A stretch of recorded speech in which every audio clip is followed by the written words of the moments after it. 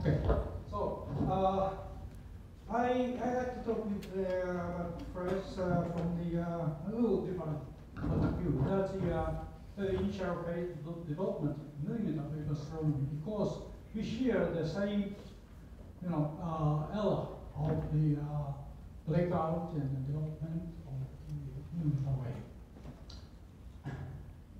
So we first met together in just a coffee room downstairs. So I was a, so this is the error I told you before. No.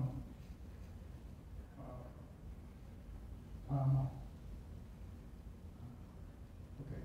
So, sorry, I will say, all right. I was a young researcher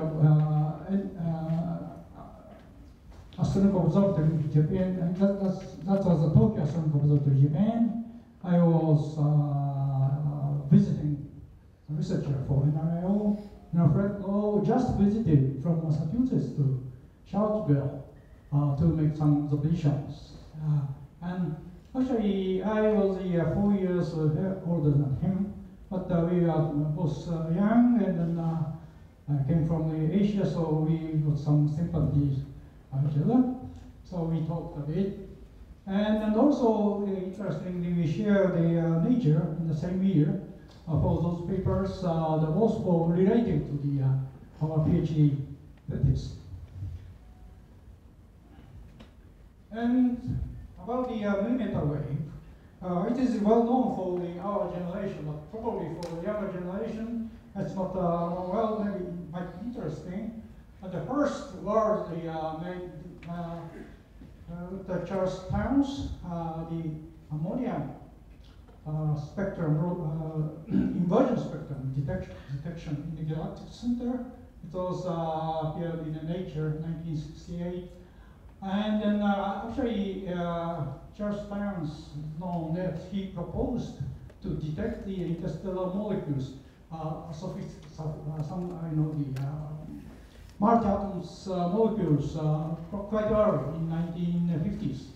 But no astronomers didn't care. Oh, it's impossible. The space is so, difficult for such kind of molecules. However, Professor Towns was very eager to do that, so he moved to the University of California in 1967, and then he wanted to do the real observations by using the 6 meters millimeter telescope. It was quite a new one in Hat Creek Observatory, and he succeeded those, and then he tried the water. And then it was very soon known that it's a major source. It's very strong, extremely strong one. So no one also expected that in the interstellar space. This is the Hat Creek 6 meter millimeter telescope. It's quite new, and then ammonium was found in the galactic center. It's a laser in the vicinity of H2 regions and active places. And then later on, Charles Towns written that it was lucky, but it was easy. For him, it was easy. But on that time, almost no astronomers in California, University of California, didn't believe that they couldn't get it. And some radio astronomers was opposed to that. It's a waste of telescope time. Okay, that was the beginning. But the follow the detection of interstellar formaldehyde, that was also the really exciting one. In the just within half a year, it appeared on the physical review letter by Ruth Schneider and Bill.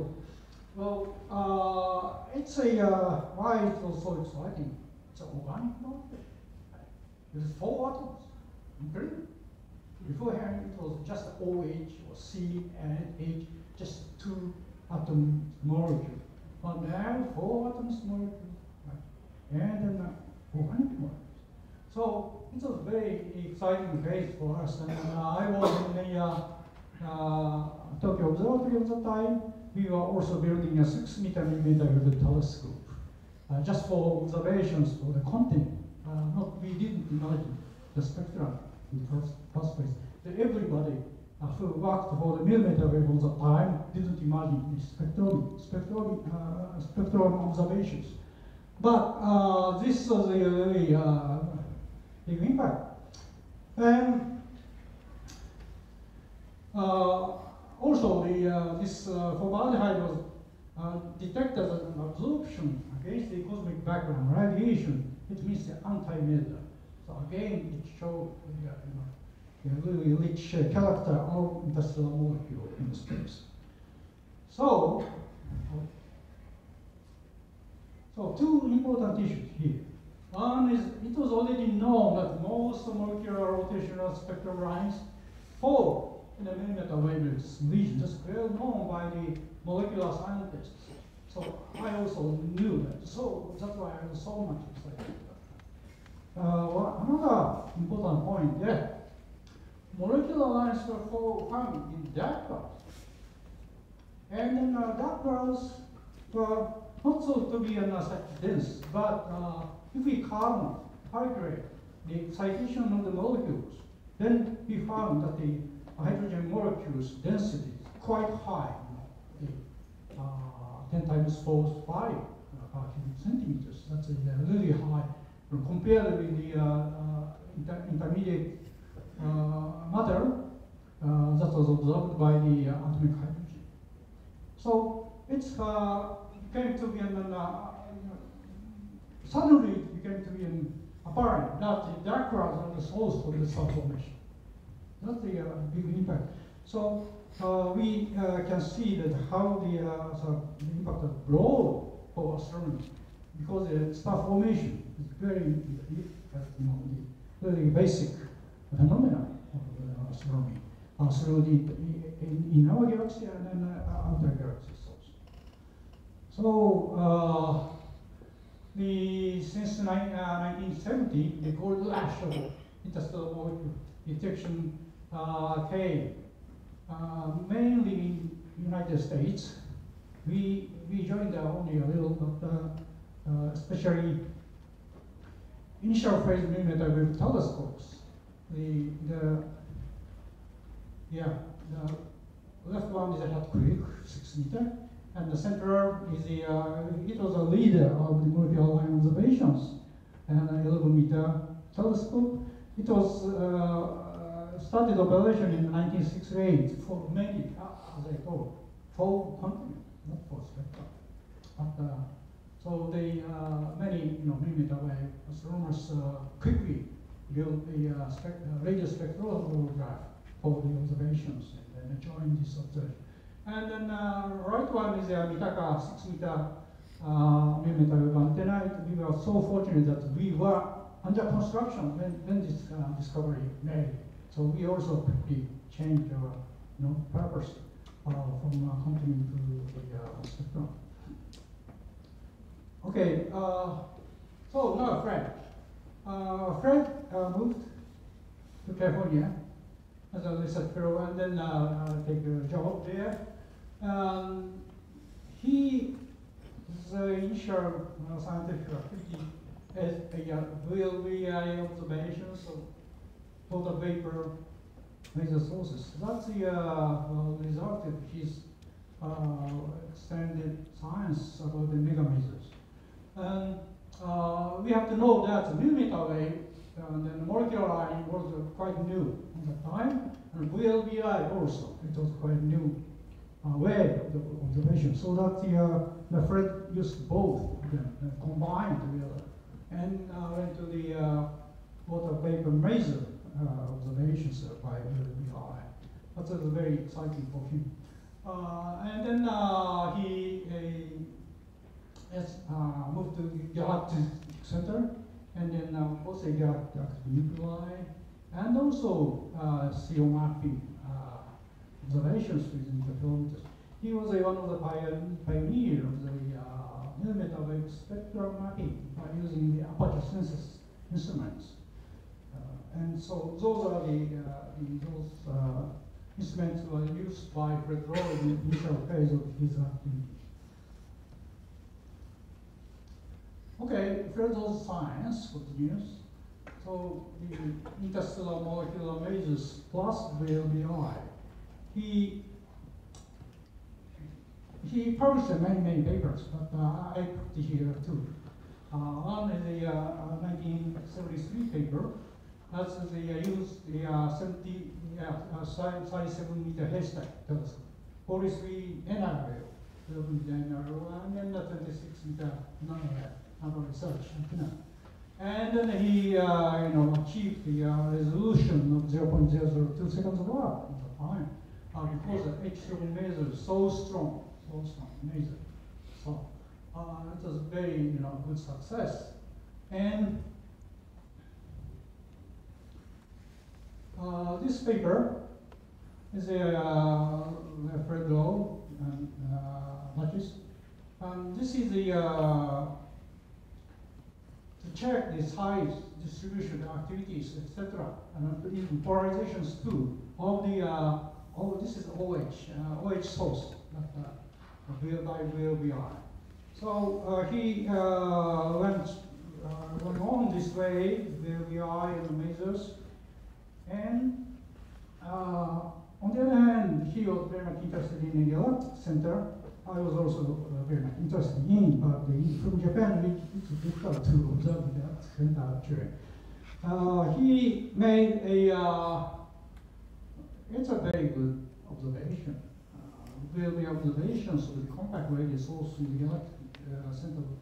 Well, that's actually the first detection of the compact source in the galactic center called Sagittarius A. And he continues the observations of the Sagittarius A. In this paper, 1981, he made observations by using the several different wavelengths to check the physical characters and the natural size of the model of the compact sources. And then this paper, 1985, they found that the diameter of the compact source at this moment it's already called as the Sagittarius A star. That's actually the massive black hole actually, and so size is very small, and so his analysis told that it's quite similar to the nuclei of other galaxies. So so this kind of the galactic center point sources, and Sagittarius A star. His long subject of work. And also, this is the, well, as I told, in the millimeter wave interferometer mapping observations, he was in the review from Lana in 1984. Here, this is IC342, the famous radio bright of the galaxy, and then so he got a synthesized beam of 7 seconds of work. That was really compact, the high resolution and the time for the millimeter wave CO mapping, and he revealed the rotation and expansion motion, and so next one, this is a beautiful one. The Starburst galaxy, nuclei of Starburst galaxy, NAOJ, and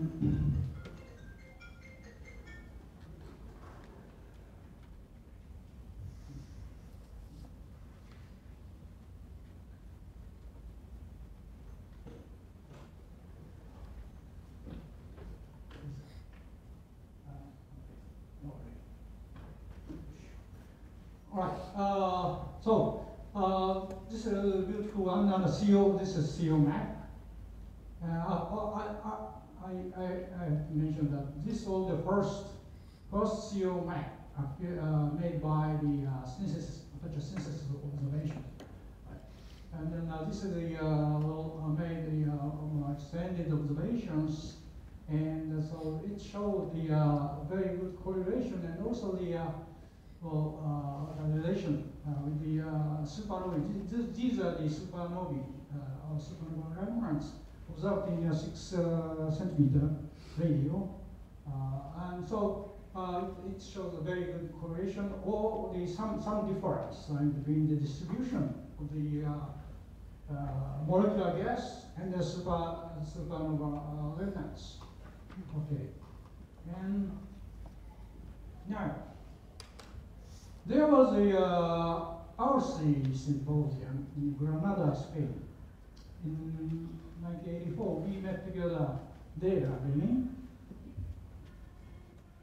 It's quite memorable for us because the many results, ideas, and proposals for the instruments for millimeter wave appear here. Okay, so for example, for the millimeter wave single dish telescopes, I reported about the Norio 45-meter telescope, which was completed in 1982, and then it's already in operation. And then Jack Bass of the Max Planck, he reported about the 30-meter telescope on Pico Beretta. That's all just finished, I guess, at the time. And so 2 large millimeter wave single dish telescope appear here, and then the some millimeter wave interferometers. Jack Welch reported about the 3 elements, 6 meter 3 elements, millimeter wave interferometer in Hut Creek, and also the Mason reported about the Owens-Barry, 10.6 meter by 3. It's a quite extended plan for the aperture synthesis, and Fred was among the authors. He actually made a great contribution for this, building this Owens-Barry millimeter wave interferometer. And then comes the new millimeter, sub-millimeter wave interferometers here. The first one is the Ishiguro-san reported about Norio millimeter wave interferometer. That was the near, almost finished construction. And an overview of the ALMA interferometer, that was under construction. And then came the SMA here, right? Jim Moran reported about the plan for the sub-millimeter telescope interferometer. Okay, this is a 45 meter, and then 5 elements of the time, 10 meter by 5 elements interferometer. And Flynn also reported about the carbon monoxide mapping of M51. M51 is really a huge spiral galaxy, and then his report was a preliminary one. He's shown some part of the mapping of the spiral structure, but it was beautiful already, and then in the next year he completed everything and then published the whole M51 zero mapping result.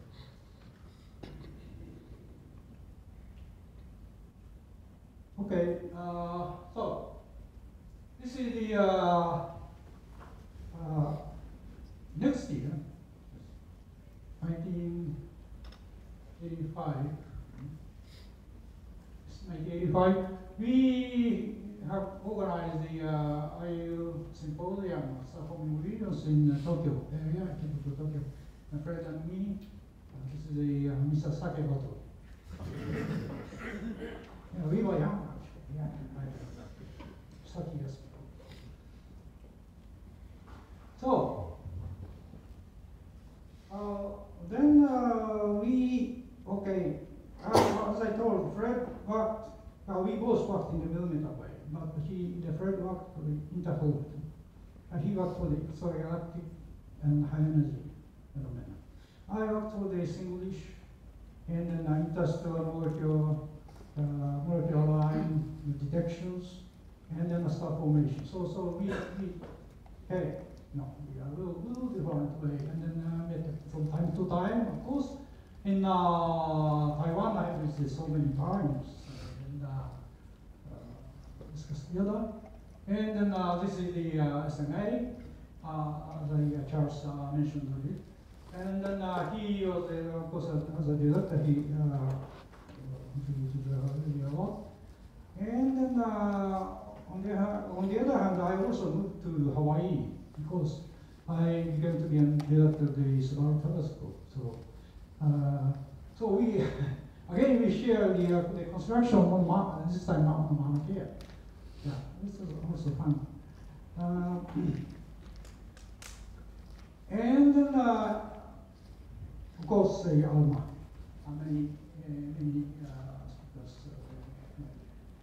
tests of ALMA.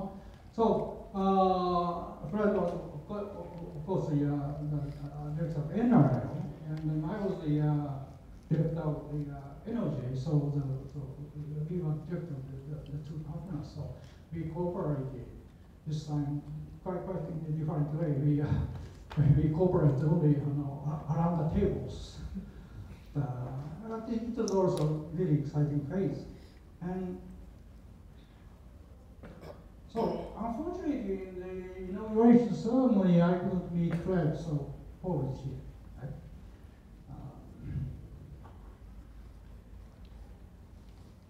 Okay,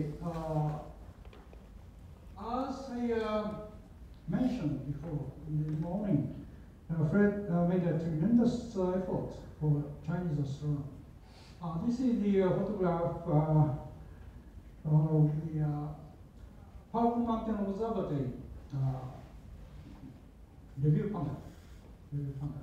And then Fred here.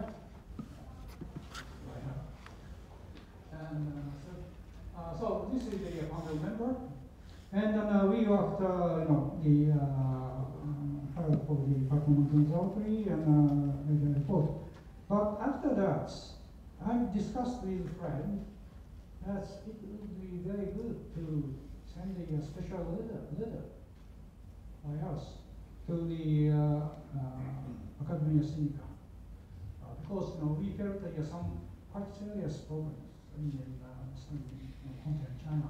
So that was proposed by Fred, because as mentioned before, Fred was member of all three committees. This is the Shanghai, very powerful mountain chair, and then the Beijing National Observatory of China.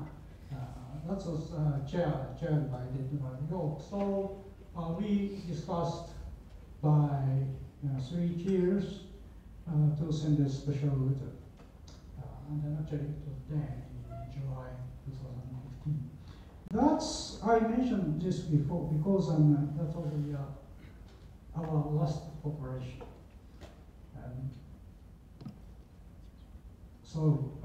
But it's also a good memory for me, and I understood his enthusiastic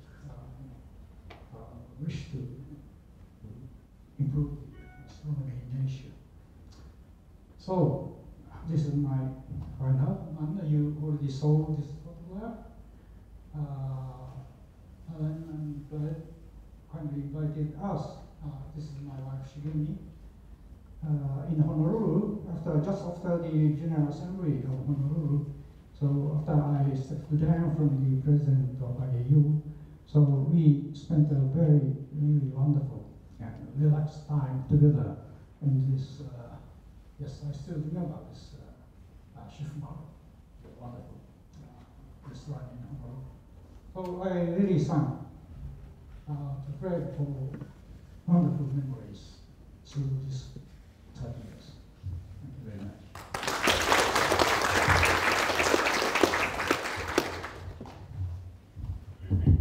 Thank you, Kaifu-san. Questions?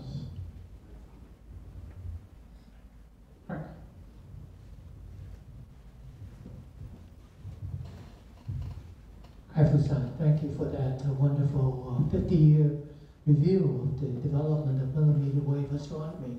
I think a striking development, apart from individual accomplishments, is the growth of international collaborations. Would you care to speculate what will happen in the next 50 years? Yes, we always talk about the future. Yes, it's important. Well, I think that it's, of course, it's not only for the millimeter wave, but the one, very good model in ALMA, I believe, because it was, planned by 3 parties, and then constructed by 3 parties. I mean, Europe, North America, and Japan, or East Asia. Taiwan also, and American side, and then Asian side too. And that's, I think that is really a world telescope. Beforehand, the corporation made, okay, I build this.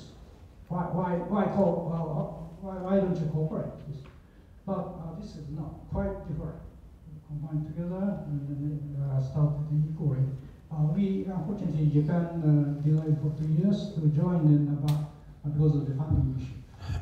But actually, we are now doing a very good cooperation. Of course, the structure is sophisticated and difficult, of course, and any international cooperation is difficult. But still, we cannot do that by only each branch, each region. So this is the way we have to go, and I think that the SKA might,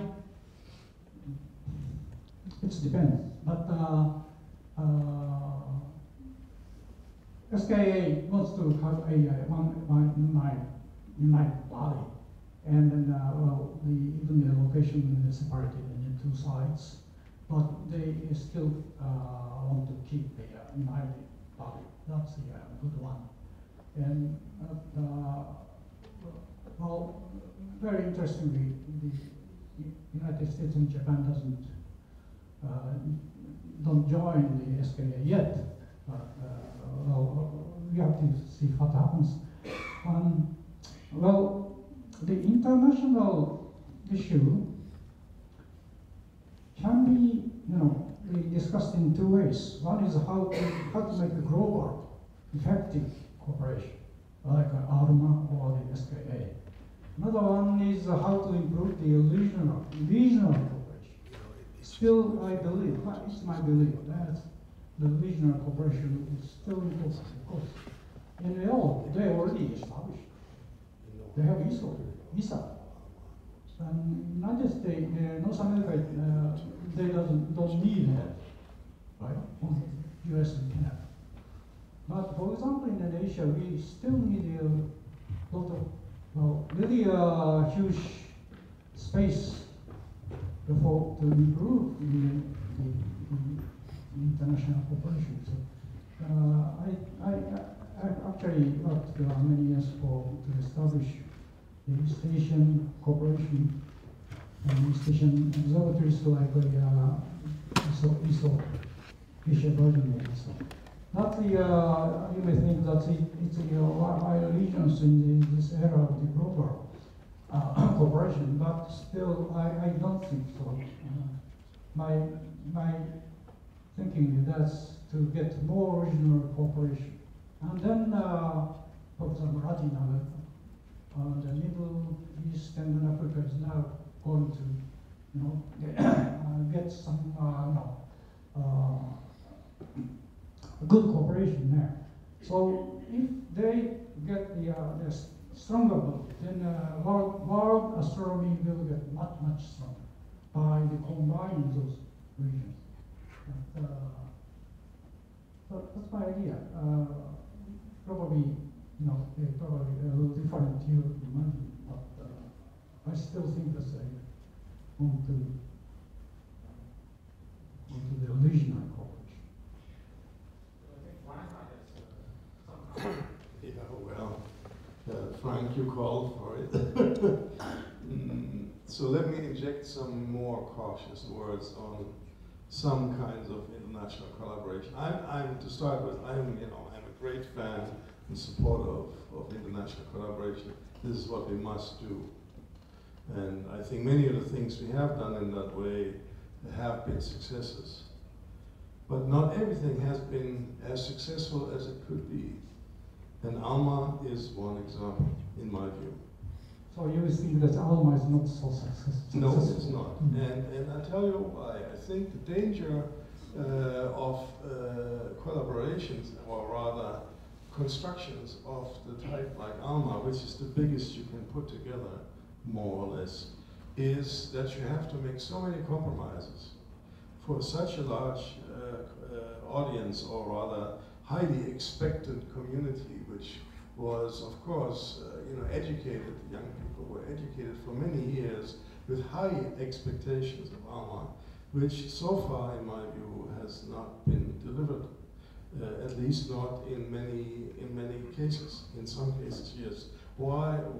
Well, because, first of all, it was more important to deliver to as many users as possible. And that is a temptation for all these very big facilities.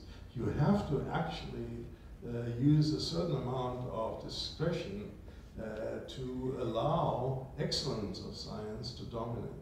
See, if you're Caltech and you own the Keck telescope, you can always just do excellence. If you have a wide community with different strengths and weaknesses and interests, you cannot. So you have to have a broader aspect, and that's what you see in ALMA. But if you only do that, then given that this facility is $1.5 billion and more, we can't build a much bigger one, and we have to be, we have to justify these expenditures to others. And that's where I worry, because we are living right at the edge of the nothingness. The nothingness being the, what you do at the level of $5 billion. We've seen it with JWST and so forth.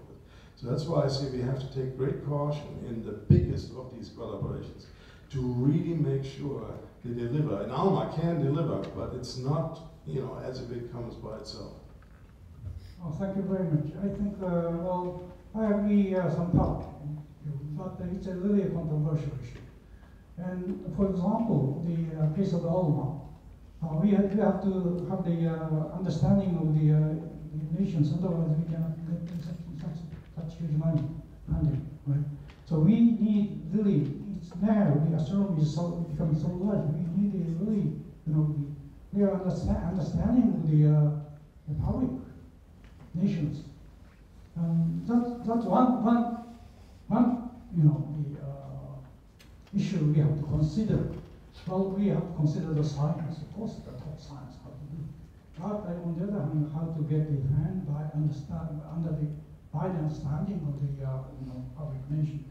And also, we have to think about how to grow in the world of astronomy. Not only for the very excellent scientists, not only for the very developed countries, but the astronomy is should be everybody. And then that sort of effort will strengthen astronomy in the future. So there are several issues we have to consider in this simultaneously. So that's why I say I partially agree with you.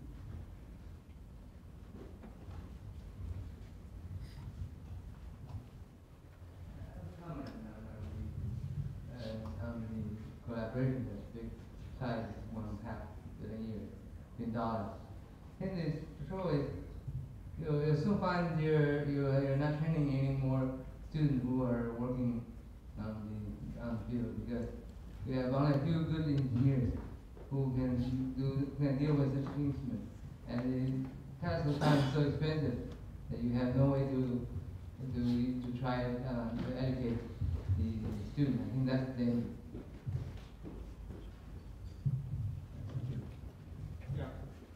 Okay, so maybe we can move on to Masato. Ishiguro-san is going to fill in a little bit about the ALMA part. I think it's true that the mega projects is a potential threat to the field some mega projects have managed to crush the community. So we need to actually pay attention to what we deliver, what we are building at the same time. So we need to have some balance, I think. But the big science is coming. It's on the border.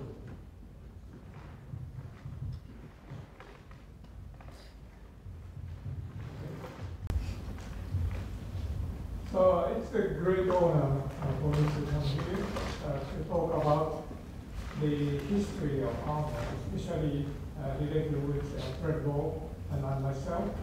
And following the talk by Tyson, I'd like to mainly focus on how the ALMA project evolved and how the ALMA project evolved into reality in the last 30 years.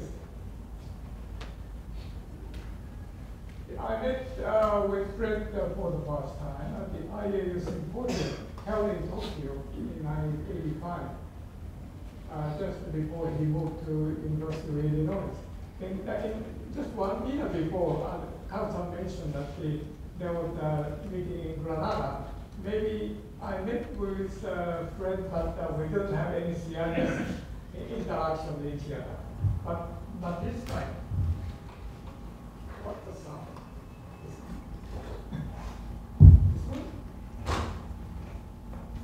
Okay, maybe.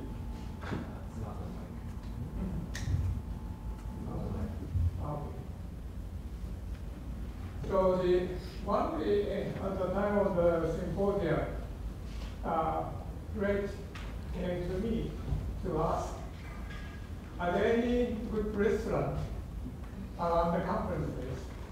So we looked for a good restaurant and finally with the tempura restaurant near the conference place. Then both of us, we had a conversation by the two.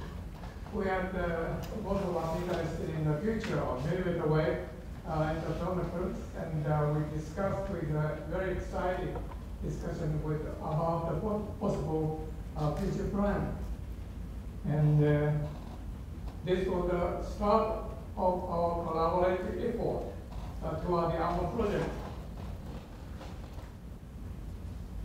So for the time, smaller millimeter wave or some millimeter wave arrays were suffering from lower sensitivity and also the lower resolutions. The Owens Valley Beamer and Flago View and Nobayama SMA.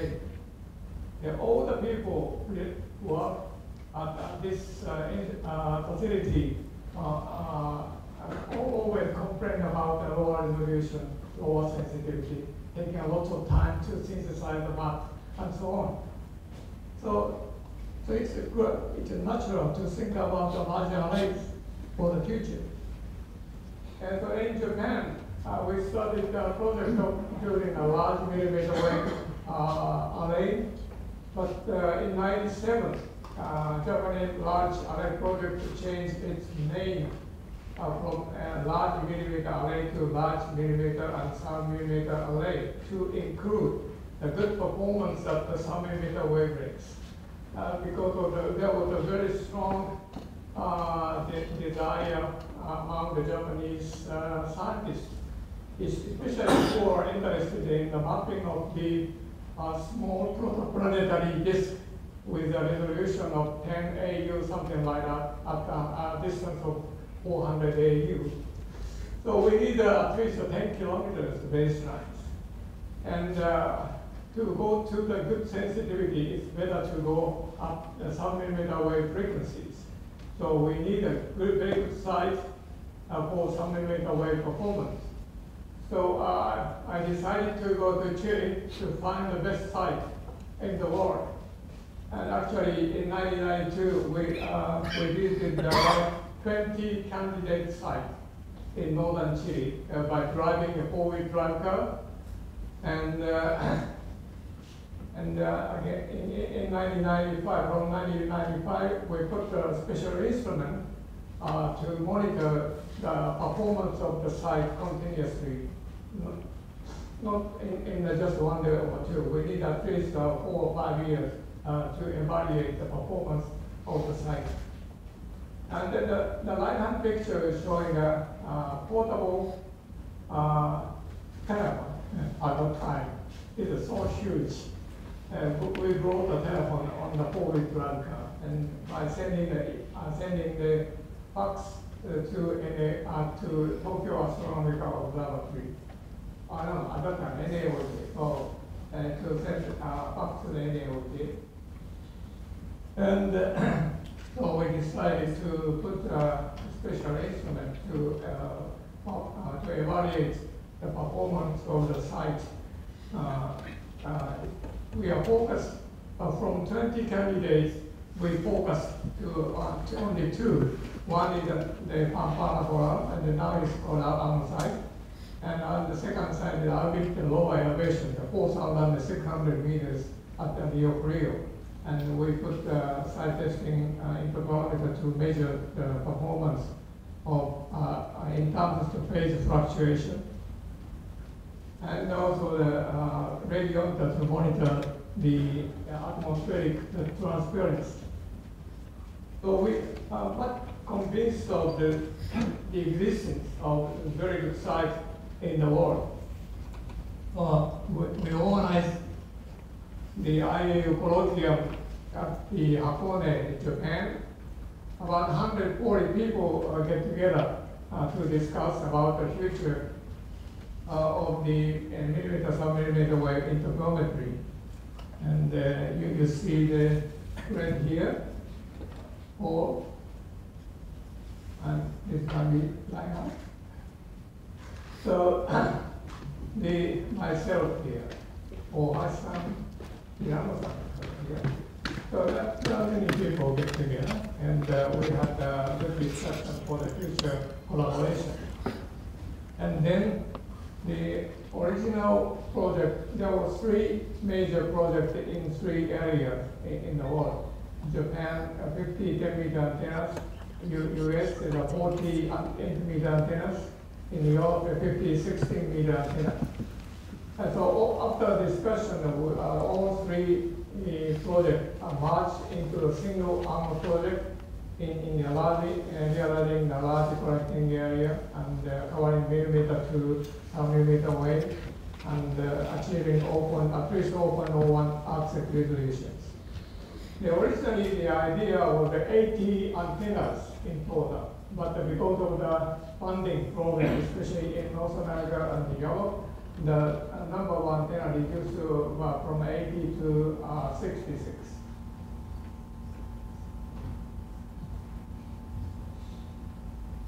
So the road to this freeway, ALMA, was not straightforward. We were moving around, so it took quite a long time to came into the final conclusion. We started with collaboration between Japan and US. And the scientists in US and Japan is very much interested in achieving 0.01 arcsec resolution. So the scientists agreed to have an array of about larger than 10 kilometer size.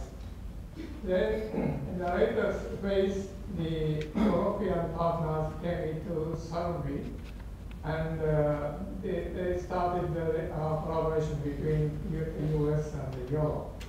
And finally, in 2001, we came to the final resolution on agreement of three-way ALMA project. And the US and Europe budget is successfully achieved, but in Japan, about 2 years late. And finally, in 2004, we could budget from the government. Then finally, in 2004, we finally achieved the three-way agreement. So starting from around 1983, it almost taken 20 years to reach the final agreement. So the picture was in 1996. The friend and myself visited the ALMA site, and both of us are convinced this site is very good, very optimum for the large interferometer array at the higher frequency.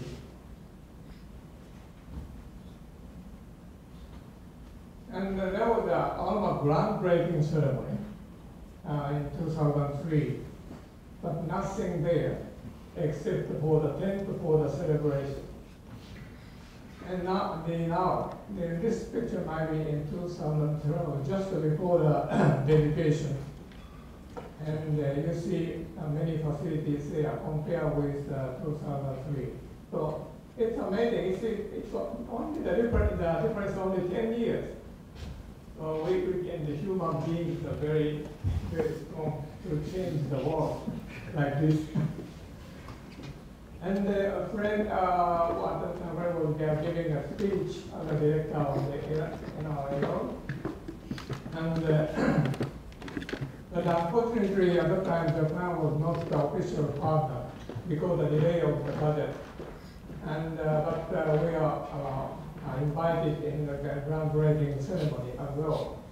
We share the same table with Fred talking about. And Fred, because we have a very difficult situation, so the Fred always encouraged me to accelerate the Japanese participation as soon as possible. And then I participated in the ASIAA delegation. Fred and Helen here, and you and me. And I used this opportunity to discuss about the participation of Taiwan to ALMA. We had a very constructive discussion. And after the discussion of 1 hour or so with Yuan Li, Yuan decided to Taiwan join ALMA project. The decision was very quick, so I'm very surprised. But after that, it took a bit longer time to prepare some formal arrangement, like writing a formal agreement or so. But in 2005, I visited Taiwan to complete the signing of the agreement between Japan and Taiwan on behalf of the NINS. This is the National Institute of Natural Science, the Japanese institute about the NAOJ. So we completed the agreement between NINS and AS. And so the Taiwan made a major contribution in the content integration centers. There were the 3 integration centers, US and Europe and Taiwan, representing the East Asian partner. And all 3 integration centers assembled the equipment and provided to the completed content into Chile. However, there was a problem of the budget or cost overrun. And at that time, this time was the cost review meeting was held in Germany. And we discussed the future of after the baselining of the project. And then most of the people considered we should reduce the number of antennas from 80 to 66 antennas. But still the people are laughing. Maybe this is because of the nice beers in Germany. And then we had the ALMA board meeting in Kyoto. Then I prepared secretly to help to reach a successful agreement in the final shape between Japan and the North American and the European partners. Fred is sitting very nicely beside Maiko-san is a younger geisha in Kyoto, and Takagi-san was standing. And then in the same year, there was the Aviva dedication in Hawaii, and I participated, and then my retirement year was approaching, so I decided to go to Chile to participate in a real work, not in the paper. So I stayed about 60 months in Chile to help the assembly integration and verification activities in Chile, working for adjusting the panel of the 12-meter telescope. And then my retirement came in 2009. There was a special workshop was organized at the NAOJ in Osaka, and Greg kindly came to this meeting to give a talk at the workshop. And we had a nice dinner time. The lectures were already here, Paul here, and Omar here, and Aksan. So then after 4 years from this time, let's say, ALMA at the dedication ceremony in Chile in March 2013, then the ALMA started to produce exciting science. And I cannot explain about all the things that are coming out from the ALMA telescope, but one of the most exciting result is a mapping of a protoplanetary disk, like a HO tau. In the left-hand side, you see a very nice feature, a very detailed structure of the disk. There are many slits on the surface of the disk. On the right-hand side is the computer simulation of the protoplanetary disk, which we have been used for a long time for requesting a budget to the funding agency in Japan. We used to say after the completion of ALMA, we can see the structure of the protoplanetary disk. But actually, the structure is much more rich in its details. So I think the ALMA will be a very important instrument to research on the formation of the planet.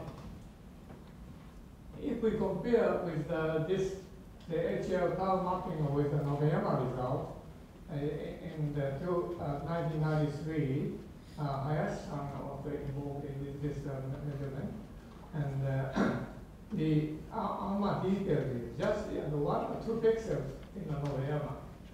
So this is the resolution is that ALMA achieved 145 times better resolution. It's a tremendous improvement in the resolution. And for the sensitivities, in the left-hand side is a map of the distant universe. With at that time, with the existing telescope, cannot see nothing in this within the red ring area. But after the mapping with ALMA, we could see many faint galaxies. Because of the negative K corrections, that it worked very nicely with ALMA. Then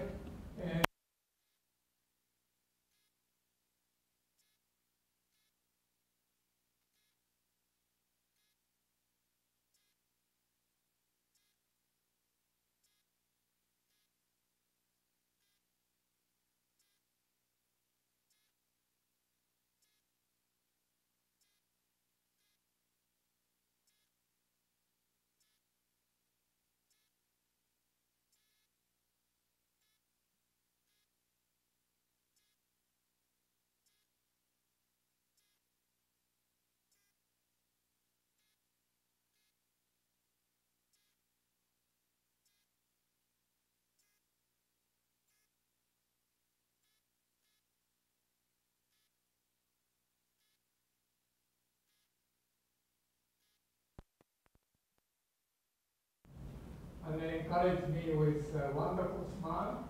So I will miss him very much. Thank you very much.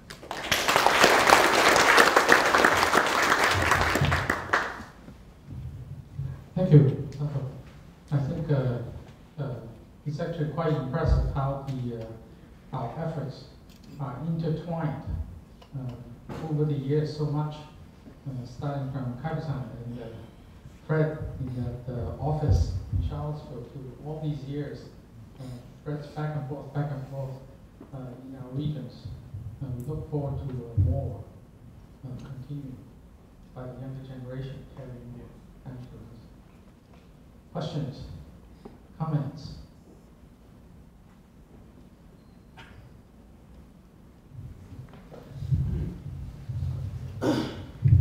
There's been, over the years, a project that has come and gone called CCAT, which is a single dish. What is the current status of that, and what do you think should happen with the single dish? I don't have any information on CCAT, and maybe CCAT prime with a diameter of 6 meters, I believe, will be built at the summit of Chamanto. 6 meters. 6 meters. So a smaller version Right. is being planned. The bigger version did not succeed in gathering the funding, right? So people continue to look to jumpstart that. When will it be done? I think they are underway. Yeah, in a couple of years, it will be completed. No, it's small. 6 meters. 6 meters. 6 meters. I think the original plan was to build a 20 meters. 25. That's the original. Covered with Astrodome. So that means I think 6 meters So CCAT is a prototype. it's called CCAT prime. I think it's right. CCAT prime.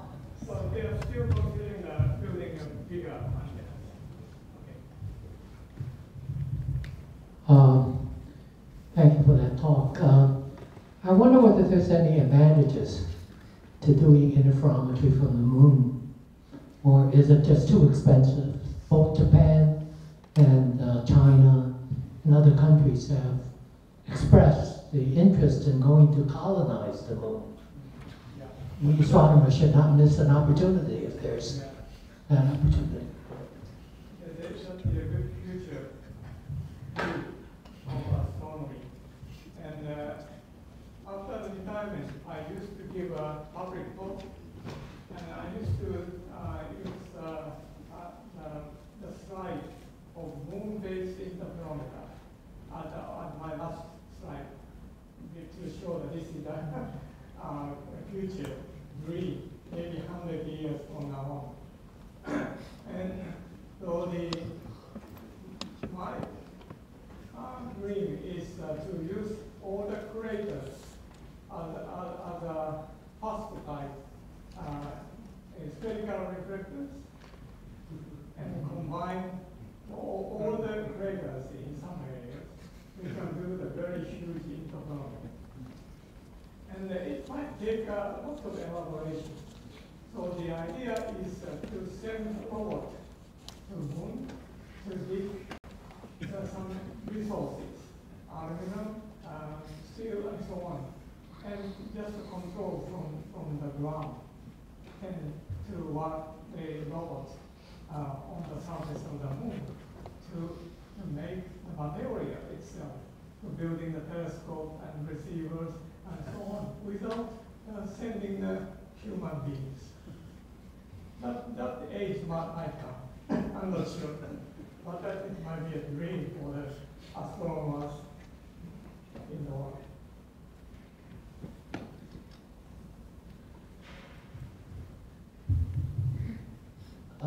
But I think there's a lot of political will to go there if humans go.